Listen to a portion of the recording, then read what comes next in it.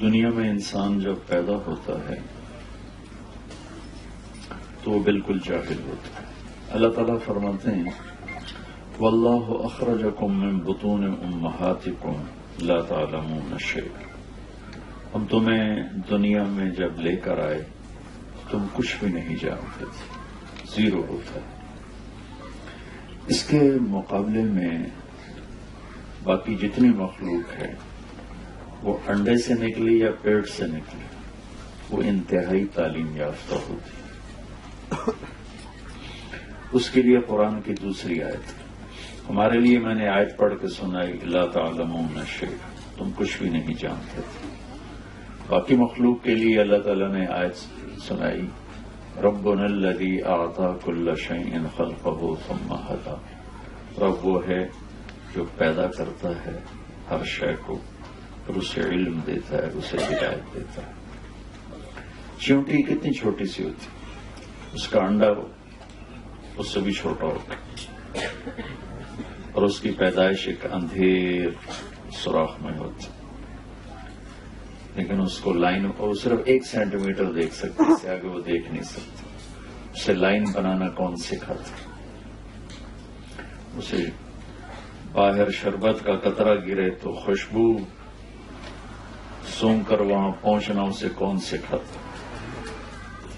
سانپ کو ڈسنا کون سکھاتا؟ جتنی مخلوق ہے انسان کے علاوہ اعلیٰ تعلیم یافتہ. آج پہلا دن ہے، چوہا اپنے گھر سے نکلا، سامنے بلی نظر آئی بھاگ کے اندر، اس کو تو پتہ ہی نہیں یہ کیا چیز ہے.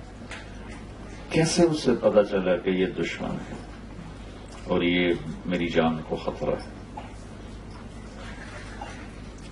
ربنا الذی اعطی کل شیء خلقہ ثم ھدی. پھر ان کا علم اتنا طاقتور ہے کہ ان کے علم میں غلط فیڈنگ کوئی نہیں، ان کے اندر صحیح علم ہے.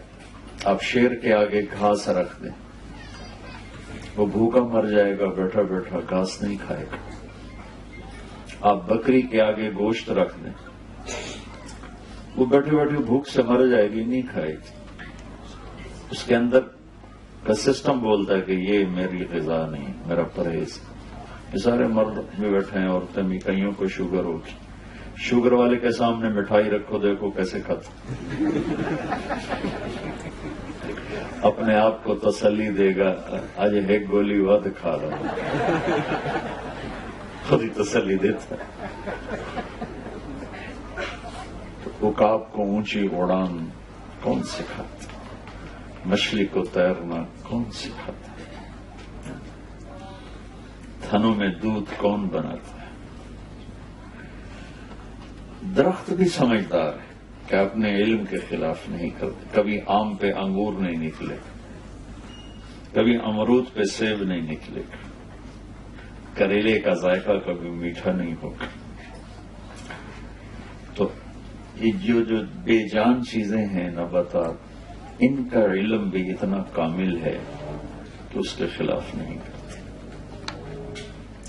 انسان جاہل پیدا ہوتا ہے اور پھر یہ علم ہوش میں آ کے لیتا ہے، اور اس کے سامنے 2 علم، اس کے اندر غلط بھی فیڈ ہوتا ہے، صحیح بھی فیڈ ہوتا ہے. باقی کسی بھی مخلوق میں غلط فیڈنگ نہیں ہو سکتی، جتنا مرضی آپ زور لگا لیں. ان کے اندر اللہ نے صحیح چپ فٹ کی، اس کے اندر غلط میسج جاتا ہی نہیں.